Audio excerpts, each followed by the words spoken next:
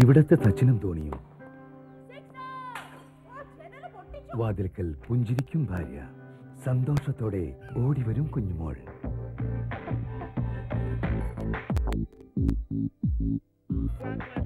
വെളിയിലെ ആ ആഘോഷങ്ങൾ മറക്കാൻ വീട്ടിലെ ഓരോ കാര്യവും വേണ്ടിവരും. ജീവിതം അങ്ങനെ പോകും, യാതൊന്നും സംഭവിക്കാത്തതുപോലെ. HIV-യുടെ ലക്ഷണങ്ങൾ കണ്ടു തുടങ്ങാൻ വർഷങ്ങൾ തന്നെ എടുത്തേക്കാം. നിങ്ങൾ ആരെങ്കിലുമായി കോണ്ടം ഉപയോഗിക്കാതെ ശാരീരിക ബന്ധത്തിലേർപ്പെട്ടാൽ ഇന്ന് തന്നെ ICTCയിൽ HIV ടെസ്റ്റ് ചെയ്യൂ.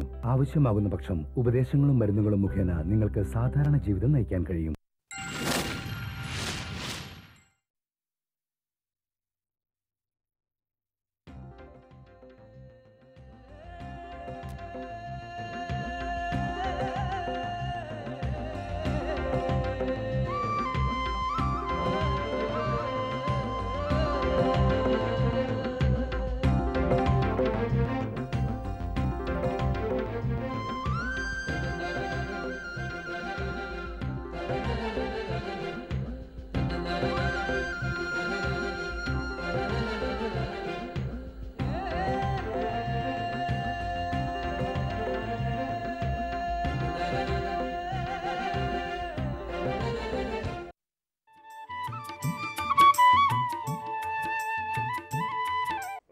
ഇടുക്കി ജില്ലയിൽ മുരിക്കാശ്ശേരിക്കടുത്ത് പടമുഖത്ത് നിന്നും കേരളത്തിന് തന്നെ അഭിമാനമായി മാറിയ ക്ഷീരകർഷകനാണ് ശ്രീ സാബു.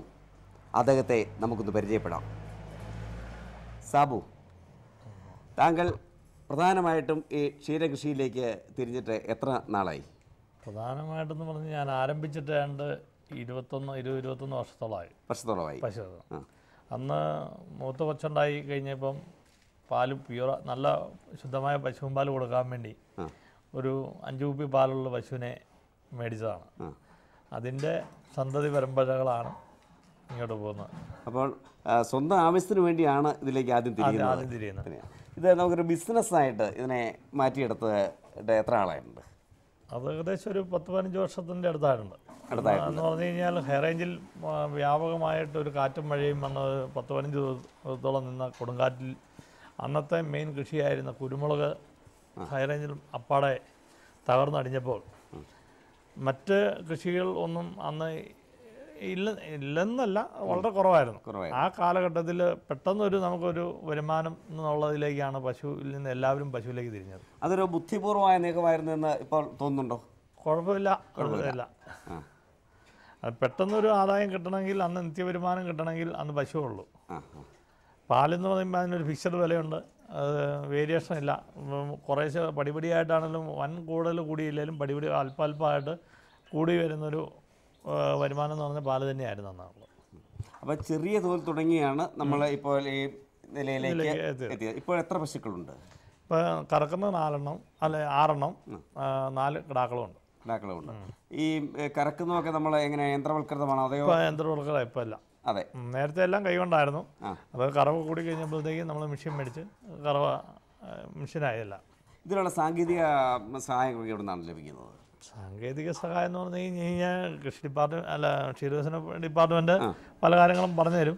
പിന്നെ ഡോക്ടേഴ്സ് ഉണ്ട്. പിന്നെ നമ്മളിതിങ്ങനെ നമ്മൾ തന്നെ ഒരു അന്വേഷണവും മറ്റ് ഡെവലപ്പിംഗ് ആണിത്.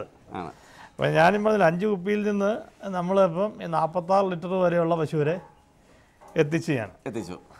ഇപ്പോൾ എത്ര ലിറ്റർ വരെ കറക്കുന്ന പശുക്കളുണ്ട്? ഇപ്പോൾ ആ 46 ലിറ്റർ ആണ് ടോപ്പിൽ വന്നിരിക്കുന്നത്.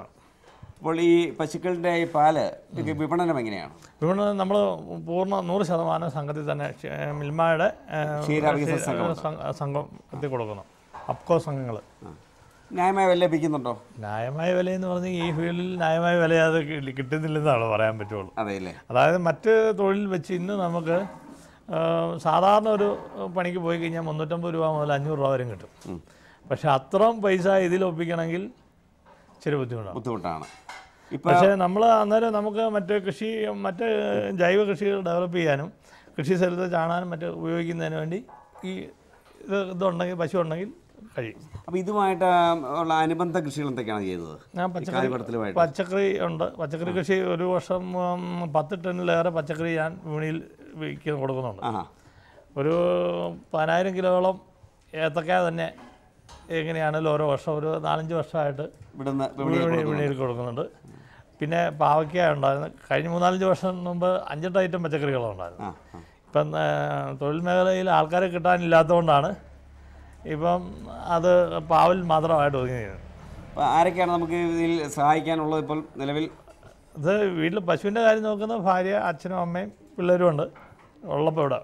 പശുവിനെ എത്ര പ്രാവശ്യമായിട്ട് കറക്കുന്നതിന് കറവയൊക്കെ? രാവിലെയും വൈകുന്നേരമായിട്ട് കറക്കുന്നു. രാവിലെ നമ്മളൊരു 4-5 മണിയാകുമ്പോൾ തൊഴുത്തിൽ കയറി കഴിഞ്ഞ് കഴിഞ്ഞാൽ 6 മണിയാകുമ്പോഴത്തേക്കും കുളിപ്പിച്ച് എല്ലാം ക്ലീൻ ആക്കിയതിന് ശേഷം 6 മണിയാകുമ്പോഴത്തേക്കും കറവ് തുടങ്ങുന്നു. 8 മണിക്ക് മുമ്പ് അതിന് തീറ്റയും കൊടുത്ത് വെള്ളവും കൊടുത്ത് റെസ്റ്റിലാകും. പിന്നെ വൈകുന്നേരം 4:30 ആകുമ്പോഴത്തേക്കും അടുത്ത കറവ്. അത് 5-5:30 ആകുമ്പോഴത്തേക്കും തീറ്റയും കൊടുത്ത് കറവയും കഴിഞ്ഞ് തീറ്റയും കൊടുത്ത് എല്ലാം റെസ്റ്റിലാകും. ഈ വൈകുന്നേരത്തെ പല്ലൊക്കെ കൊടുക്കാനുള്ള സംവിധാനം ഉണ്ടോ? എല്ലാ സംഘത്തിലാണ് കൊടുക്കുന്നത്. ഞാനൊരു 10-15 വർഷമായിട്ട് ഒരു സംഘത്തിൻ്റെ പ്രസിഡന്റാണ്. കേരളത്തിലെ തന്നെ ഏറ്റവും കൂടുതൽ പാൽ ഉൽപ്പാദിപ്പിച്ച് മിൽമയ്ക്ക് കൊടുക്കുന്ന ഒരു സംഘത്തിൻ്റെ.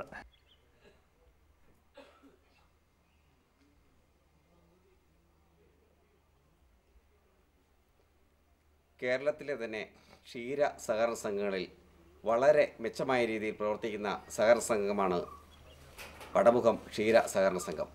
അതിൻ്റെ സെക്രട്ടറിയും പ്രസിഡന്റും നമ്മോടൊപ്പം ഉണ്ട്. ഇപ്പോൾ ഈ ക്ഷീര കർഷകർക്ക് തന്നെ താങ്കളെ ഒരു അഭിമാനമായി മാറിയിട്ടുണ്ടെന്ന് ആണ് അറിയാൻ കഴിയുന്നത്. ഇപ്പോൾ ഇടുക്കി ജില്ലയിൽ തന്നെ നോക്കുവാണെങ്കിൽ അനേകം ക്ഷീര കർഷകരുണ്ടല്ലോ. അവിടെ നിന്ന് ഒരാൾക്ക് നാഷണൽ അവാർഡ് വരെ കിട്ടുക എന്ന് പറഞ്ഞാൽ അത് വലിയ കാര്യമാണ്. എന്നാണ് നമുക്ക് ഈ അവാർഡ്, എന്ത് അവാർഡാണ് ലഭിച്ചത്? നാഷണൽ അവാർഡായിട്ട് അത് പ്രഥമ അവാർഡാണത്. പ്രഥമ അവാർഡാണ് അത്. ഈ നവംബർ 18-ാം തീയതിയാണ് ഡൽഹി വെച്ച് പൂസ യൂണിവേഴ്സിറ്റി കോംപ്ലക്സ് വെച്ച് ബഹുമാനപ്പെട്ട കൃഷി വകുപ്പ് മന്ത്രി ശരത് പവാർ നൽകിയത്. ഇതിനു മുമ്പ് കേരളത്തിൽ നിന്ന് അവാർഡ് എന്തെങ്കിലും ലഭിച്ചിട്ടുണ്ടോ? കേരളത്തിലെ പ്രഥമ മൃഗസംരക്ഷണ അവാർഡ് കിട്ടിയത് എനിക്കായിരുന്നു, ഏറ്റവും ആദ്യത്തെ. അപ്പോൾ അത് ഒരു വഴികാട്ടിയായിട്ടാണ് നമ്മൾ ഈ നാഷണൽ അവാർഡിലേക്ക് പോയത്. എങ്ങനെയാണ്? അതെ, അതിൽ നിന്ന് തന്നെയാണ് നാഷണൽ അവാർഡിലേക്കും പോയത്, തിരഞ്ഞെടുത്തത്. എന്താ മാനദണ്ഡങ്ങളൊക്കെ ആയിരുന്നു അവിടെ? മാനദണ്ഡം സ്റ്റേറ്റിലെ മാനദണ്ഡം വെച്ചായിരിക്കും. സ്റ്റേറ്റിൽ നിന്ന് 2 ആൾക്കാരെ സ്റ്റേറ്റാണ് വിട്ടത്. 2 പേര് ഇവിടെ ഉണ്ടായിരുന്നു. ഒരാൾ കോഴിക്കോടും ഒരാൾ ഇടുക്കിന്നും.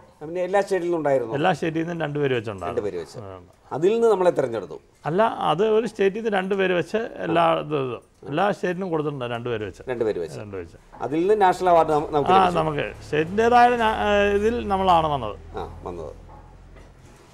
ഇപ്പോഴോ പുതിയതായിട്ട് ഈ മേഖലയിൽ എന്തൊക്കെയാണ് പ്രവർത്തിക്കാൻ ഉദ്ദേശിക്കുന്നത്?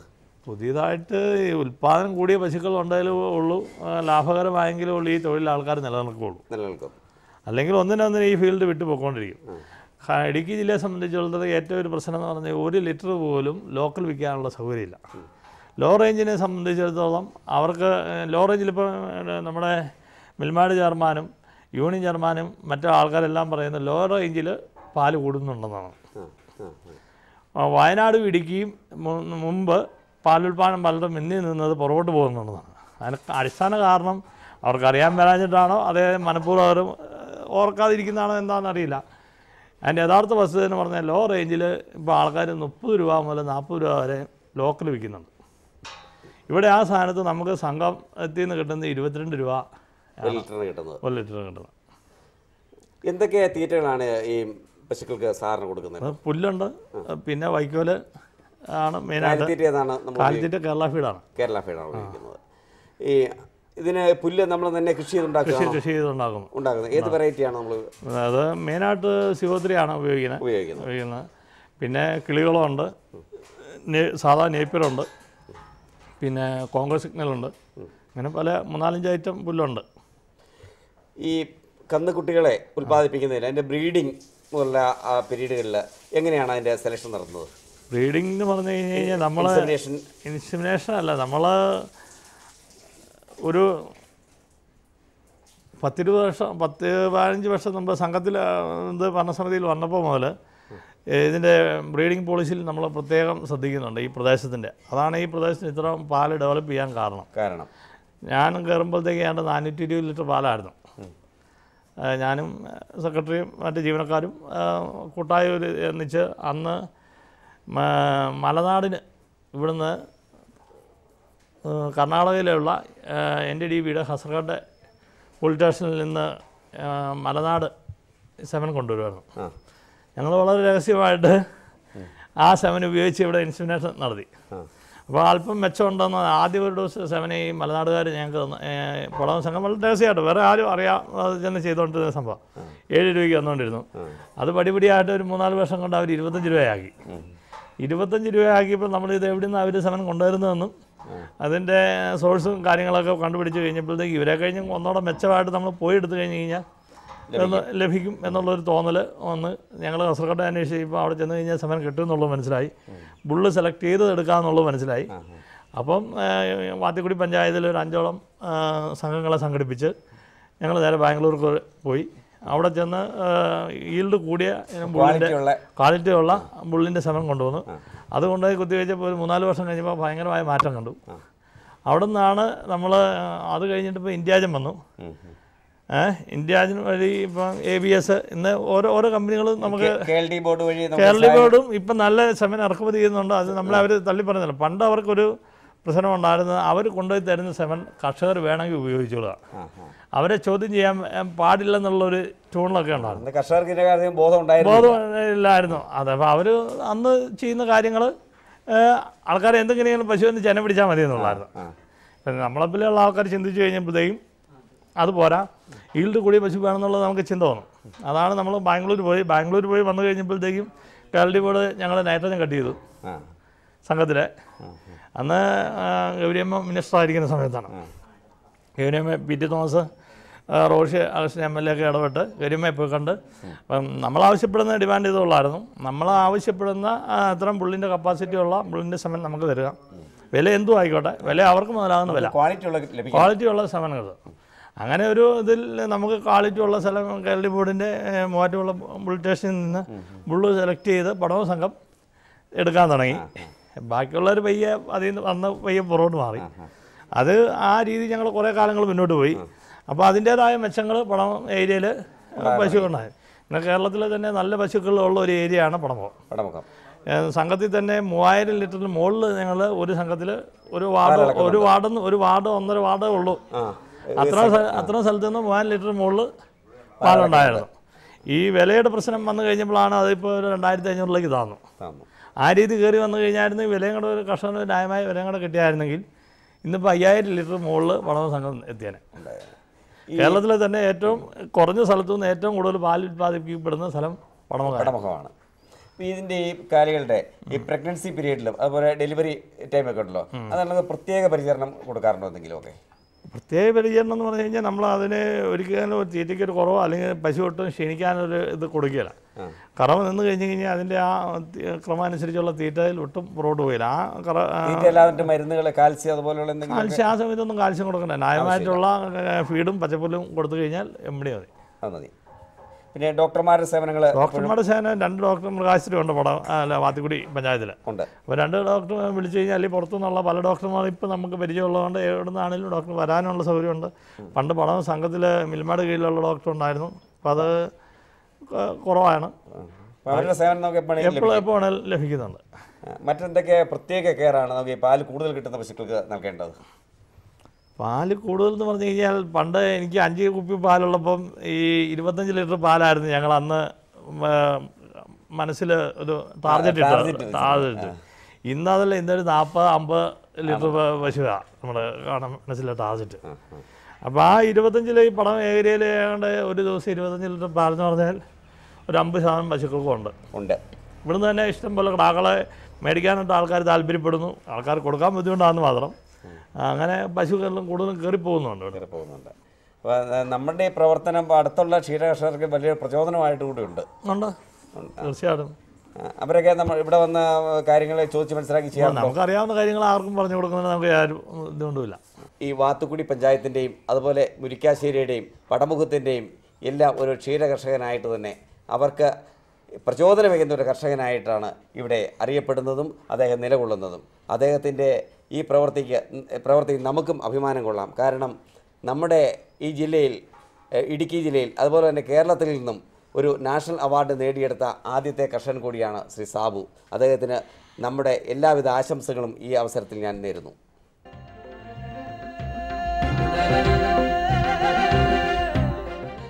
ഇളന്തേശം ബ്ലോക്കിലെ ഈ വർഷം പച്ചക്കറി കൃഷിക്കുള്ള ആത്മ അവാർഡ് ലഭിച്ചത് ഏരിയാമ്മ ചേച്ചിക്കാണ്. ഏരിയാമ്മ ചേച്ചിയുടെ കൃഷി രീതികളെക്കുറിച്ച് നമുക്കും ചോദിക്കാം.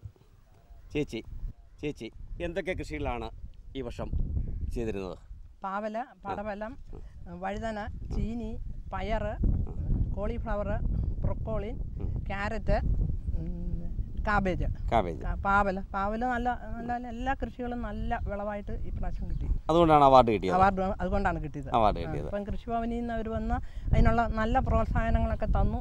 അപ്പം നമുക്ക് ഇതൊന്ന് മേടിച്ചെടുക്കണം എന്നുള്ള ഒരു മനസ്സിലൊരു പ്ലാൻ ഉണ്ടായിരുന്നു. അപ്പോൾ അത് മേടിച്ചെടുക്കാൻ വേണ്ടിയിട്ട് പരിശ്രമിച്ചു. അവസാന ഫലം കിട്ടി. ഇനി ഇപ്പം തന്നെ ഇത് ചെയ്തിരിക്കുന്നത് അടുത്തത് ഇനി ആൾക്കാർ ആരെങ്കിലുമൊക്കെ വരുമ്പം കാണാൻ വേണ്ടിയിട്ടാണ് ഇതൊക്കെ ഇങ്ങനെ ചെയ്ത്. ഇതിപ്പോൾ ഒരു മഴ പെയ്ത് നനയ്ക്കുന്നുണ്ട്. അത് നല്ലപോലെ ഈ അവാർഡിനോടൊപ്പം തന്നെ നമുക്ക് ഇതിൽ നല്ല വരുമാനം ലഭിക്കുന്നുണ്ടോ? ഉണ്ട്. ജൈവ രീതിയിലാണ് എല്ലാം ചെയ്തിരിക്കുന്നത്. രാസവളം ഇട്ടിട്ടില്ല. ഈ ജൈവത്തിന്റെ വളങ്ങൾ നമ്മൾ തന്നെ ഉൽപ്പാദിപ്പിക്കുന്നുണ്ട്. മണ്ണിര കമ്പോസ്റ്റ് അത് കഴിഞ്ഞ് അതിട്ട് നടും. അത് കഴിഞ്ഞ് ചാണകപ്പൊടി ഇഷ്ടം പോലെ ചാണകപ്പൊടിയുണ്ട്, അതും ഇട്ട് നടും. പിന്നെ കമ്പോസ്റ്റിൻ്റെ കൂടെ ഇട്ട് കഴിഞ്ഞ് ഒരാഴ്ച കഴിയുമ്പം ഈ പിണ്ണാക്ക്, കടല പിണ്ണാക്കും വേപ്പും പിണ്ണാക്കും പിന്നെ ചാണകം കൂടെ കൂട്ടി പുളിപ്പിച്ചിട്ടിട്ട് അത് 1 ലിറ്റർ വെള്ളത്തിനകത്ത് 7 ലിറ്റർ വെള്ളം ചേർത്തിട്ട് ഒഴിച്ചങ്ങ് കൊടുക്കും. ഡൈല്യൂട്ട് ചെയ്ത് ഒഴിക്കണം. ഡൈല്യൂട്ട് ചെയ്ത്, അല്ലെങ്കിൽ വാടിപ്പോവും. ഇതിന് അത്രയും ശക്തിയുണ്ട്. അപ്പം അങ്ങനെ വന്നു കഴിയുമ്പോൾ അത് നല്ലതുപോലെ ഉണ്ടായി കിട്ടുന്നുണ്ട്. പ്രാവശ്യം പാവയ്ക്കായൊക്കെ നല്ലൊരു വിളവായിരുന്നു. വിളവിനോട് നല്ല വിലയും ലഭിച്ചു. കിലോ 40 രൂപയ്ക്ക്. 40 രൂപ കിട്ടി. 40 രൂപ. കോവയ്ക്ക 30 രൂപ. പിന്നെ വെണ്ടയ്ക്ക, പയർ അതൊക്കെ ഒരു 20 രൂപ വെച്ച് കൊടുത്തു. അത് എങ്ങും പോയില്ല. ഇവിടെ വന്ന് ഈ ചുറ്റുപാടുണ്ടായിരുന്ന ആൾക്കാരെല്ലാം അവരും മേടിച്ചു, അവരുടെ ആൾക്കാർക്കും മേടിച്ചു കൊടുത്തു. ഇപ്പോൾ വീണ്ടും എന്തൊക്കെ കൃഷികളാണ് ചെയ്തിരിക്കുന്നത്? ഇപ്പം പയർ, പാവല്, പടവലം, കോവലിനി ഇപ്പം പുതുമഴ പെയ്ത ഉടനെ വെട്ടിവിടും. അങ്ങനെ ചെയ്തിട്ടുണ്ട്. ഇപ്പം കാബേജ്, ക്യാരറ്റ് എന്നൊക്കെ പറയുന്നത് നമുക്കടെ ഒരു സീസൺ അല്ലല്ലോ. അത് ഒക്ടോബർ മാസത്തിൽ ഇനിയും നടും. നല്ലതുപോലെ ഉണ്ടായി കിട്ടി. നല്ല ടേസ്റ്റാണ്. അവിടെയാണ് അതിൻ്റെ വിജയം. അപ്പോൾ ഈ കൃഷിക്ക് വേണ്ട ജോലികളൊക്കെ ചെയ്യുന്നത് ചേച്ചി കൂടുതൽ ആരൊക്കെയാണ് ഉള്ളത്? ചേട്ടൻ കൂടും. പിന്നെ കുട്ടികൾ പിള്ളേർ നടാനൊക്കെ വന്ന് അത് ഇപ്പം മകൻ്റെ കുട്ടിയാണ് കൂട്ടത്തിലുള്ളത്. പുള്ളി 6ാം ക്ലാസ്സിൽ പഠിക്കുന്നു. എന്നാലും നടാനൊക്കെ ഇഷ്ടമാണ്. അതൊക്കെ എന്നിട്ട് വന്ന് നോക്കും, ഒക്കെ കൂടും. എല്ലാവരുടെയും സഹകരണങ്ങൾ ലഭിക്കുന്നുണ്ട്. പിന്നെ അമ്മയുണ്ടായിരുന്നപ്പോൾ അമ്മ എല്ലാ കാര്യത്തിനും കൂടുമായിരുന്നു. അമ്മ മരിച്ചിട്ട് ഇപ്പോൾ 26 വരുമ്പോൾ 1 വർഷമാണ്. അപ്പോൾ ഇങ്ങനെ ഈ കൃഷി മേഖലയിലേക്ക് കടന്നു വരാൻ എങ്ങനെയാണ് താല്പര്യം ഉണ്ടായത്? എന്നെ കല്യാണം കഴിച്ച് ഇവിടെ വരുമ്പം ഞാൻ എൻ്റെ വീട്ടിൽ കൃഷിയൊന്നും ചെയ്തിട്ടില്ല. ഞങ്ങൾ കച്ചവടക്കാരായിരുന്നു. കാരണം അതിൻ്റെ ആ സ്റ്റൈലിൽ അങ്ങ് പോയതുള്ളൂ. ഇവിടെ വന്നപ്പോൾ അമ്മയും ചേട്ടനും ഒക്കെ ചെയ്യുന്നത് കണ്ട് ഇവരുടെ പുറകെ നടന്ന് പഠിച്ചതാണ്. അങ്ങനെ പഠിച്ചതാണ്. അപ്പോൾ അമ്മ നല്ല കൃഷിക്കാരിയായിരുന്നു. അമ്മ നല്ല കൃഷിക്കാരിയായിരുന്നു. അമ്മ 97 വയസ്സ് വരെ ഇരുന്ന് അമ്മ ഈ ജൈവ രീതിയിലുള്ള സാധനങ്ങളൊക്കെ കഴിക്കൊണ്ടായിരുന്നുള്ളൂ. അപ്പോൾ അമ്മയുടെ ജീവിതം അങ്ങനെയായിരുന്നു. അമ്മ എല്ലാ കൂട്ടം എനിക്കൊന്നും അറിയണ്ട, ഇത് നട്ടു പറിച്ചുകൊണ്ട് അവിടെ കൊടുത്താൽ മതി. അമ്മയായിരുന്നു അത് എല്ലാം ശരിയാക്കി വെക്കുന്നത്, എല്ലാം ചെയ്തു തരുമായിരുന്നു. അപ്പോൾ ആ ഒരു സഹകരണം, ആ ഒരു പ്രചോദനമാണ് നമുക്ക് കിട്ടിയത്. അതെ. അതുപോലെ ഞാൻ കരനെൽ കൃഷി ഈ പണ്ട് പാണ്ടിമോടൻ നെല്ലായിരുന്നു ഇവർ ചെയ്തുകൊണ്ടിരുന്നത്. ഇപ്പം ജ്യോതി നെല്ല് ഞങ്ങളിവിടെ 2 വർഷം ചെയ്തു. ഈ വർഷം ഇച്ചിരി മോശമായിരുന്നു. കഴിഞ്ഞ വർഷം നല്ല വിളവായിരുന്നു. ഈ പച്ചക്കറിക്കുള്ള വിത്തൊക്കെ എവിടെ നമുക്ക് ലഭിക്കുന്നത്? വിത്ത് ഇതിപ്പോൾ ഞങ്ങൾക്ക് കൃഷിഭവനിൽ നിന്ന് കുറേ കിട്ടി. പിന്നെ ആദ്യം മുതൽ ഈ നമ്മൾ ഓരോ മേളയ്ക്കും പിന്നെ ഈ ട്രെയിനിങ്ങിന് പോകും. അപ്പോൾ ആ ഭാഗത്തുകൂടിയൊക്കെ കോഴായിൽ അവിടെ നിന്നൊക്കെ വിത്തുകൾ കിട്ടുമായിരുന്നു.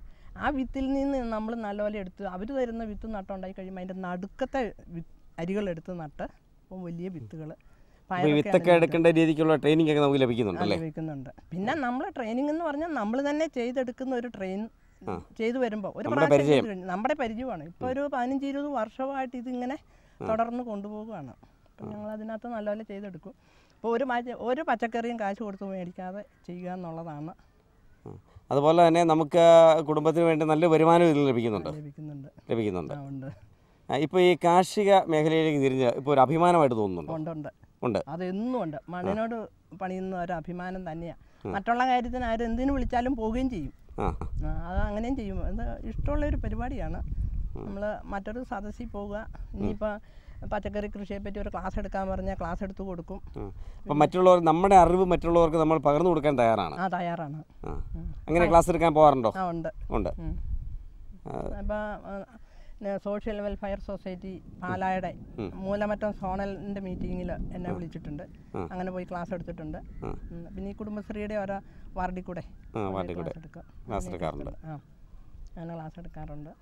അങ്ങനെയൊക്കെ ചെയ്യുന്ന അത് അത്രയും നമുക്കൊരു ഗുണമാണ്. പിന്നെ ഓഫീസർമാർക്കൊക്കെ എല്ലാവർക്കും താല്പര്യമാണ്. ഓരോ കാര്യങ്ങൾ ചോദിക്കുകയും പറയുകയൊക്കെ ചെയ്യും.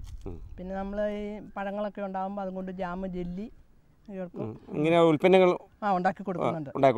ഉൽപ്പന്നങ്ങൾ കൊടുക്കും, വിത്തുകൾ കൊടുക്കും. വിലയ്ക്ക് കൊടുക്കും, ചുമ്മാ കൊടുക്കും. അപ്പോൾ കാർഷിക വൃത്തിയിൽ നിന്നും ഈ അതിൻ്റെ മൂല്യവർദ്ധിത ഉൽപ്പന്നങ്ങൾ ഉണ്ടാക്കി നമുക്ക് ലാഭം ലഭിക്കുന്നുണ്ട്. നമുക്കറിയാമല്ലോ, ചക്ക ഉണ്ടാകുന്ന കാലത്ത് ചക്കപ്പഴം എല്ലാം വീണ് താഴെ പോകുമല്ലോ. അപ്പോൾ ഈ ചക്കപ്പഴത്തിൽ നിന്ന് അരിഷ്ടം ഉണ്ടാക്കും, ചക്കപ്പഴം കൊണ്ട് അലുവ ഉണ്ടാക്കും. പിന്നെ മുറുക്കെന്ന് പറയുന്ന നമ്മൾ കടയിൽ നിന്നൊക്കെ മേടിക്കുന്നുണ്ടല്ലോ, അത് പച്ചച്ചക്ക കൊണ്ട് ഉണ്ടാക്കും. പിന്നെ ചക്കപ്പഴത്തിൻ്റെ അരിഷ്ടം ഉണ്ടാക്കും. അതിനൊക്കെ നല്ല ഡിമാൻഡാണ്. കുടയത്തൂർ പഞ്ചായത്തിൽ കാർഷിക വൃത്തിയിലേക്ക് തിരിഞ്ഞ ചേച്ചി അതിൽ നിന്ന് നല്ല വരുമാനം ഉണ്ടാക്കുകയും അതുപോലെ തന്നെ സമൂഹത്തിൽ നല്ല അഭിമാനത്തോടു കൂടി ഞാൻ ഒരു കർഷകയാണ്, അതിനുള്ള അവാർഡ് വാങ്ങിയത് കൃഷിയിൽ നിന്നാണ് എന്ന വളരെ അഭിമാനത്തോടുകൂടി ഇന്നും ജനങ്ങളോട് സംസാരിച്ചുകൊണ്ട് കൃഷിയിൽ ഉറച്ചു നിൽക്കുന്ന ഏലിയാമ്മ ചേച്ചിയെ നമുക്ക് പരിചയപ്പെടുവാൻ സാധിച്ചതിൽ വളരെ സന്തോഷമുണ്ട്.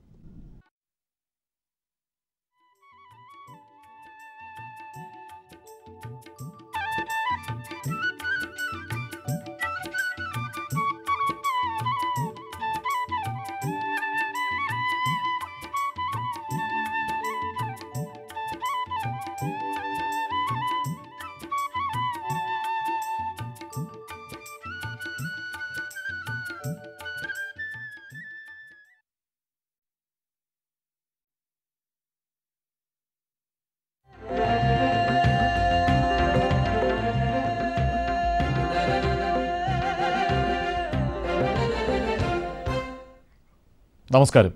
ദൂരദർശൻ കാർഷിക വാർത്തകളിലേക്ക് സ്വാഗതം. പ്രധാന വാർത്തകൾ. സുഗന്ധവിള വ്യാപാര സംരംഭകത്വ ശില്പശാല കോഴിക്കോട്. റബ്ബർ കപ്പ് തൈകൾ വിതരണത്തിന്. വളപ്രയോഗ രീതികളെക്കുറിച്ച് ഏകദിന പരിശീലനം. വിശദമായ കാർഷിക വാർത്തകളിലേക്ക്. സുഗന്ധവിളകളെ ആസ്പദമാക്കി ചെറുകിട കർഷകരുടെ വ്യാപാര സംരംഭകത്വം സംഘടിപ്പിക്കുന്നതിനായി ദേശീയ കാർഷിക ഗവേഷണ കൗൺസിൽ ദേശീയ കാർഷിക പദ്ധതികൾ നടപ്പിലാക്കുന്നു. ഇതിന്റെ ഭാഗമായി വ്യാപാര വികസന യൂണിറ്റിന്റെ പ്രവർത്തനം കോഴിക്കോട് ദേശീയ സുഗന്ധവിള ഗവേഷണ ഇൻസ്റ്റിറ്റ്യൂട്ടിൽ ഈ മാസം 21-ാം തീയതി ആരംഭിക്കുന്നു. സംരംഭകരായി എത്തുന്ന കർഷകർക്ക് സാങ്കേതിക വിദ്യ, ധനകാര്യ സ്ഥാപനങ്ങളെ പരിചയപ്പെടുത്തൽ, പരിശീലനം തുടങ്ങിയ സഹായം ലഭ്യമാകും. കർഷകർക്കും സംരംഭകർക്കുമായി ശില്പശാലയും ഉണ്ടായിരിക്കുന്നതാണ്. കൂടുതൽ വിവരങ്ങൾക്ക് വിളിക്കേണ്ട ഫോൺ നമ്പർ 9745123483. Email bpd.iisr@spices.res.in.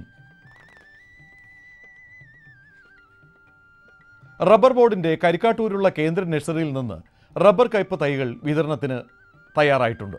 ശാസ്ത്രീയമായി തയ്യാറാക്കിയ RRII 105 ഇനത്തിൽപ്പെട്ട തൈകളാണ് വിതരണത്തിന് തയ്യാറായിട്ടുള്ളത്.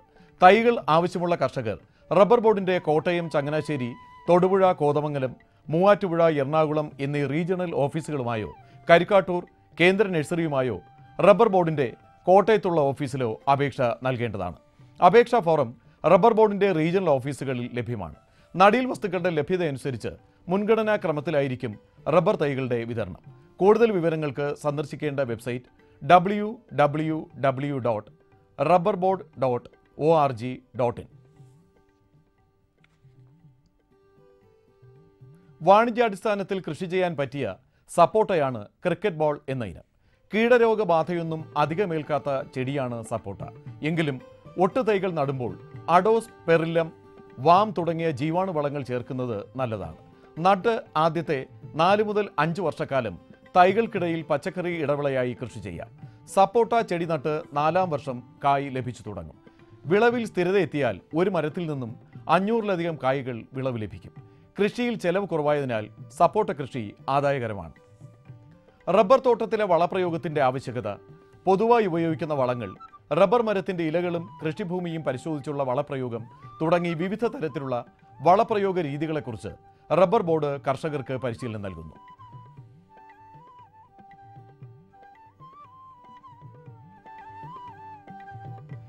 ഈ മാസം 24-ന് കോട്ടയത്തുള്ള റബ്ബർ ട്രെയിനിംഗ് ഇൻസ്റ്റിറ്റ്യൂട്ടിലാണ് പരിശീലനം.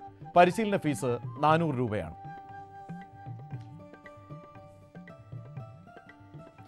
മഞ്ഞൾ കൃഷി നടത്തുന്ന കർഷകർക്കുള്ള കാർഷിക നിർദ്ദേശങ്ങൾ. മഞ്ഞൾ കൃഷി ഇടങ്ങളിലെ കള നീക്കം ചെയ്ത് മണ്ണ് തടങ്ങൾ ചേർത്തിടുകയും പുതയിടുകയും വേണം. വെള്ളം തടങ്ങളിൽ കെട്ടിക്കിടക്കാൻ അനുവദിക്കാതെ നീർവാഴ്ച ഉറപ്പുവരുത്തണം. കടചീയൽ രോഗം ശ്രദ്ധയിൽപ്പെട്ടാൽ 0.1% ബോർഡോ മിശ്രിതം മണ്ണിൽ ചേർത്ത് കൊടുക്കുക. ഇലപ്പുള്ളി രോഗം കണ്ടാൽ 1% ബോർഡോ മിശ്രിതം അല്ലെങ്കിൽ 0.2% മാംഗോസെപ്പ് തളിച്ചു കൊടുക്കുക. ഇനി ഈ മാസം 20-ാം തീയതി വരെ കേരളത്തിൽ പരക്കെ സാമാന്യം നല്ല മഴയുണ്ടാകും. അടുത്ത 48 മണിക്കൂറിനുള്ളിൽ കേരളത്തിലെ ചിലയിടങ്ങളിൽ ഒറ്റപ്പെട്ട മഴയ്ക്ക് സാധ്യതയുണ്ടെന്ന് കാലാവസ്ഥാ നിരീക്ഷണ കേന്ദ്രം അറിയിച്ചു.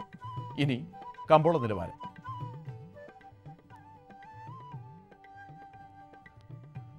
റബ്ബർ RSS-4 കിൻഡലിന് 18,600 രൂപ, റബ്ബർ RSS 5 കിൻഡലിന് 18,200 രൂപ, വെളിച്ചെണ്ണ 8,000 രൂപ, കൊപ്ര 5,550 രൂപ, കുരുമുളക് 42,750 രൂപ, ജാതിക്ക തൊണ്ടോട് കൂടിയത് കിലോയ്ക്ക് 300 രൂപ, ജാതിക്ക തൊണ്ടില്ലാതെ കിലോയ്ക്ക് 575 രൂപ. കമ്പോള അവലോകനം. കുരുമുളക് വിപണി കൊച്ചിയിൽ. ഗാർബിൾഡ് കുരുമുളക് 42,750 രൂപ, അൺഗാർബിൾഡ് 40,750 രൂപ. കൽപ്പറ്റയിൽ ചേട്ടൻ കുരുമുളക് 40,000 രൂപ, വയനാടൻ കുരുമുളക് 40,500 രൂപ. കൊപ്ര വിപണി കോഴിക്കോട് 5,400 രൂപ, തളിപ്പറമ്പ് 5,300 രൂപ, കാസർഗോഡ് 5,325 രൂപ. വെളിച്ചെണ്ണ കണ്ണൂർ 8,700 രൂപ, കോട്ടയം 8,550 രൂപ, ആലപ്പുഴ 8,000 രൂപ. കാലാവസ്ഥ. പ്രധാന നഗരങ്ങളിലെ താപനില. കണ്ണൂർ കൂടിയ താപനില 29.6 ഡിഗ്രി സെൽഷ്യസ്, കുറഞ്ഞ താപനില 24.6 ഡിഗ്രി സെൽഷ്യസ്.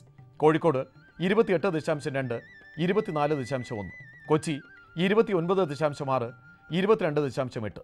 ആലപ്പുഴ 27.5, 24. പുനലൂർ 27.2, 21.8. തിരുവനന്തപുരം കൂടിയ താപനില 28.8 ഡിഗ്രി സെൽഷ്യസ്, കുറഞ്ഞ താപനില 22.7 ഡിഗ്രി സെൽഷ്യസ്. കാർഷിക വാർത്തകൾ പൂർണ്ണമാകുന്നു. നമസ്കാരം.